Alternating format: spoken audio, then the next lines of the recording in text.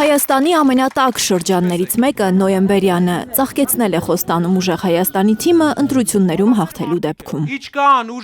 Դրա համար շատ բան պետք չէ, ընդամենը գյուղատնտեսական ճիշտ ծրագրեր, ասում է դաշինքի առաջին համար Նարեկ Կարապետյանը։ Մի կիլո բերք պետքա չմնա տանը։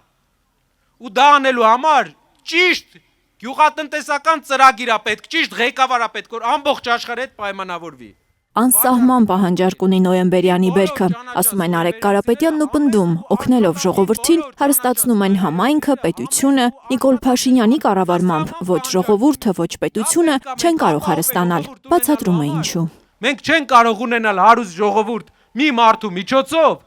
ով ինքը չի կարողացել այդ բարիքը մինչև վարչապետ դառնալը ստեղծի։ Ցավոք, պետքա փոխենք մեր երկիրը։ Բարիք, հարուստ երկիր, բարեկեցիկ ապրող գյուղացի,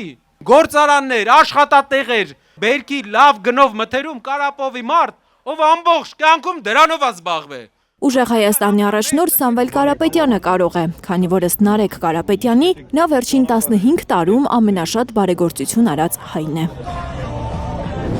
Այնքան դժվար է օտարազգի ընկերներին բացատրել, ինչպես են մարդիկ ապրում այն շրջաններում, որտեղ ոչ գործարան կա, ոչ մթերման կայան, ոչ բերքը վաճառելու տեղ։ Բերդի բնակիչներին պատմում է ուժեղ Հայաստանի ընտրացուցակը գլխավորող Նարեկ Կարապետյանը։ Չէի կարում անգլերեն թարգմանեմ, յոլա ենք գնում բառը։ Յոլա գնալու ժամանակը ավարտվել է։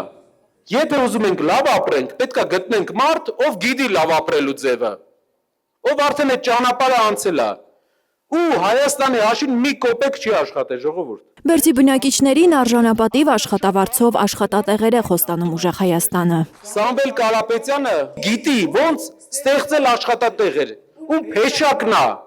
ապահովել մարդկանց զբաղվածությամբ։